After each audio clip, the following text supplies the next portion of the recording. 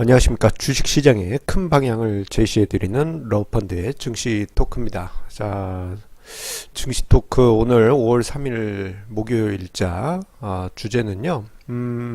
최근 서서히 일고 있는 행동주의 투자에 관한 주제를 잡았습니다.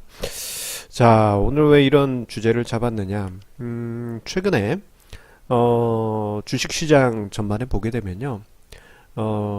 대주주나 오너의 전횡을 좀 차단하려 하는 그러한 투자 문화가 서서히 나타나고 있습니다. 뭐 이게 국내 내부적으로는 국민연금을 중심으로 해가지고 스튜어드십 코드를 시행하는 기관 투자자들이 늘고 있고요.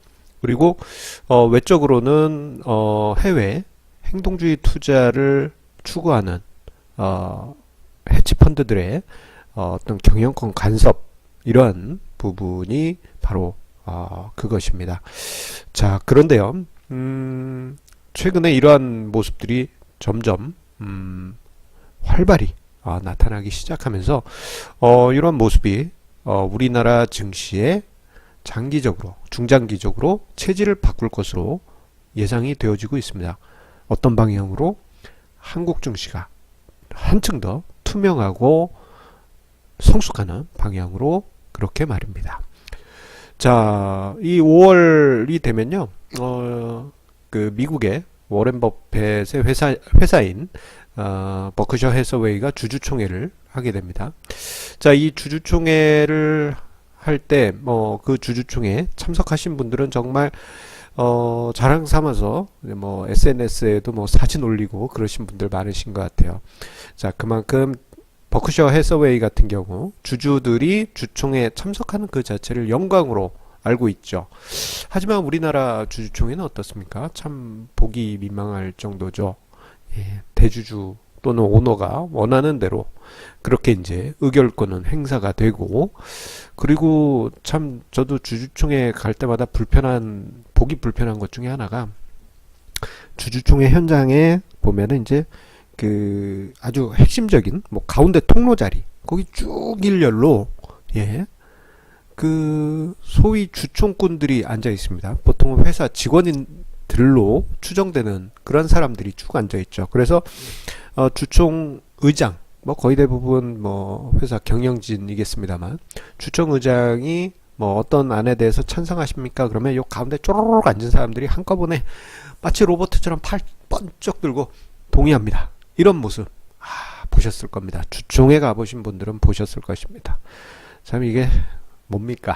그러면서 다른 개인 투자자나 소액 투자자, 기타 투자자가 발언하려고 그러면 그냥 무시해버리고 단 몇 분 만에 끝나고 말죠. 자, 그러다 보니까 오랜 기간 주주의 권리는 무시되어 왔던 것이 사실입니다. 자, 그런데 최근에 들어서요, 앞서서 언급드렸습니다만 스튜어드십 코드를 행사하는 기관들이 속속 늘어나고 있고, 국민연금 같은 경우에는 더 적극적으로 행동을 하기 시작하면서 이 행동주의 투자라는 것은 그겁니다. 주주가 본인이 회사에 여러 가지 의견을 제시한다든가, 또는 경영진이 잘못된 경영을 하면 압박을 넣어서 투명한 경영, 그리고 주주 중심의 그러한 경영을 할 수 있도록 그렇게 이제 압박을 가하는 것이 바로 행동주의 투자입니다. 자, 그런데 그런 방향으로 기관도, 국민연금도 바뀌어가고 있고, 그리고 최근에는 현대차 그룹의 엘리엇이 여러 가지 법적인 근거를 들고 오면서 압박을 가하고 있는데, 이런 것도 중요한 행동주의 투자 행태가 우리나라에 직접적으로 압박을 가하고 있다라는 대목으로 그렇게 볼 수 있겠습니다. 자, 특히 이제 국민연금 같은 경우에는 현재 우리나라 시가총액의 거의 한 7, 8% 정도는 국민연금이 차지하고 있죠. 자, 그런데 이 국민연금이 이제 서서히 행동주의 철학을 발현하고 있습니다. 얼마 전에 국민연금이 배당 성향이 낮은 기업을 중점 관리하겠다라고 하면서 남양유업과 그리고 현대그린푸드를 선정했다라는 그러한 뉴스가 있었습니다. 저배당 기업 블랙리스트로 예, 선정했던 것이죠. 그런데 블랙리스트라는 단어가 우리 일반적인 생각에는 나쁜 거잖아요. 그런데 해당 기업들의 주가가 예, 뉴스가 있고 난 다음 거래일에 제법 크게 상승했습니다. 왜 그럴까요? 국민연금이 지속적으로 압박을 넣게 되면은 해당 기업들이 뭐 지금은 뭐 대주주 중심으로만 그렇게 경영을 해오겠지만 주주 친화적인 정책을 많이 펼 것이다라는 기대감이 반영되기 때문입니다. 자, 점점 그러한 모습은 늘어날 것으로 보여지고요. 국민연금 같은 경우에는 뭐 이들 블랙리스트 기업들에게 2016년부터 3년째 재무제표 의결과 감사 선임 반대를 해왔다고 합니다. 자, 그런데 우리가 여기서 봐야 될 게요. 감사 선임 반대입니다. 이게 왜 중요하느냐? 자, 우리 좀 연세 있으신 분들 보면요. 뭐 농담 삼아서 이런 말씀하시는 경우가 있어요. 뭐 회사에 자리 하나 있으면 뭐 감사 하나 자리죠. 뭐 이런 식의. 예. 뭐 감사라는 자리가 예전에는 그냥 뭐 거의 뭐 고문 비슷하게 그냥 뭐 노는 분들 이렇게 앉혀놓는 그러한 경우가 참으로 많았습니다. 자, 그럼 당연히 이제 대주주 중심의 그러한 감사 행태를 했겠지요. 자, 그런데 이해관계가 있는 또는 소액 투자자 또는 대주주 외에 다른 어떤 기관 투자자가 대주주가 선정한 어떤 감사가 마음에 안 든다 하면은 반대를 통해서 이를 부결시킬 수 있고 혹은 자신들이 선정한 감사를 심어 놓을 수 있습니다. 회사에. 이거 엄청난 겁니다.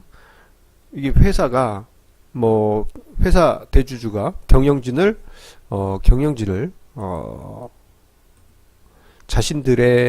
자신들이 선정한 그러한 인물들로 포진시켜 놨다고 하더라도요.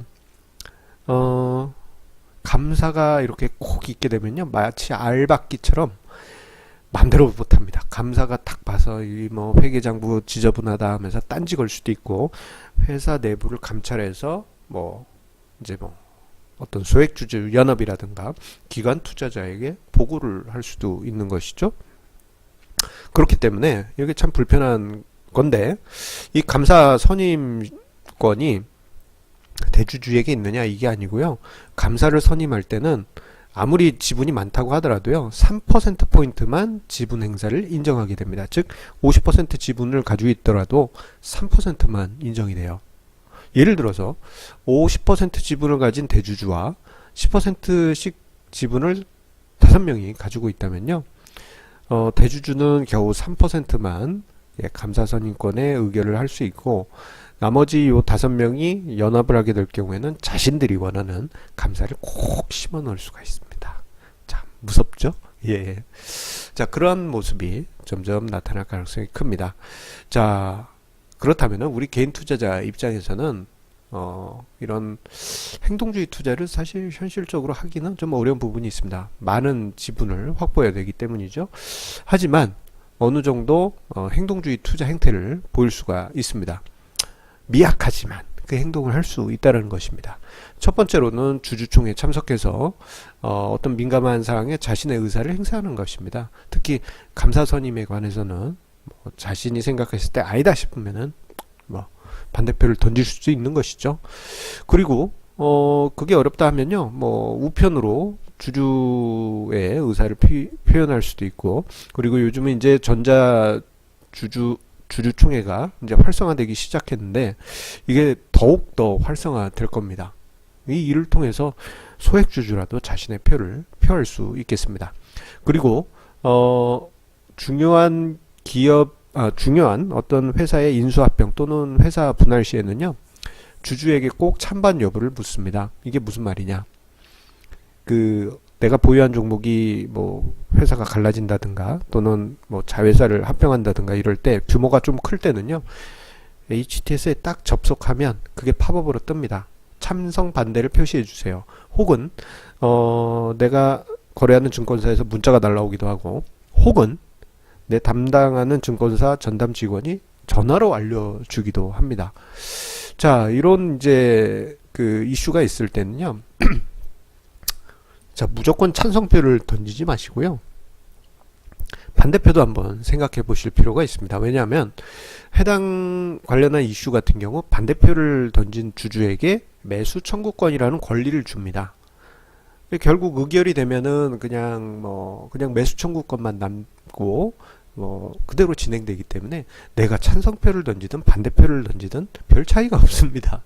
남는 것은 매수 청구권이죠. 중요한 게 뭐냐면 이 과정에서 주가가 크게 빠졌다. 그러면은 특정 가격으로 내가 회사에 팔 수가 있거든요. 예. 그러면은 이게 특정 기간입니다만 그 유리한 카드 아닙니까? 그걸 포기할 이유는 없죠. 그래서 무조건 찬성하기보다는 한 번은 곰곰이 생각해 볼 필요가 있는 것입니다. 자, 행동주의 투자자의 증가와 스튜어드십 코드의 증가. 이게 점점 늘어날 거고 국민연금을 중심으로 해서 스튜어드십 코드는 지금 매우 역동적으로 진행이 될 겁니다. 자, 이러한 모습이 나타나게 되면요, 한국 증시는 한 단계 레벨업 되게 됩니다. 생각해 보게 되면 한국 증시의 코리아 디스카운트 이야기가 있지 않습니까?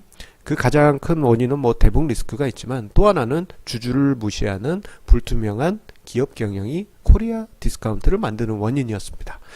그러다 보니까 저 PBR, 저 PCR 모든 게 다 저평가된 회사가 낮은 주가에 있는 경우가 많이 있는데 이게 이제 코리아 디스카운트 불투명한 회계 때문에 발생하는 경우도 많이 있습니다.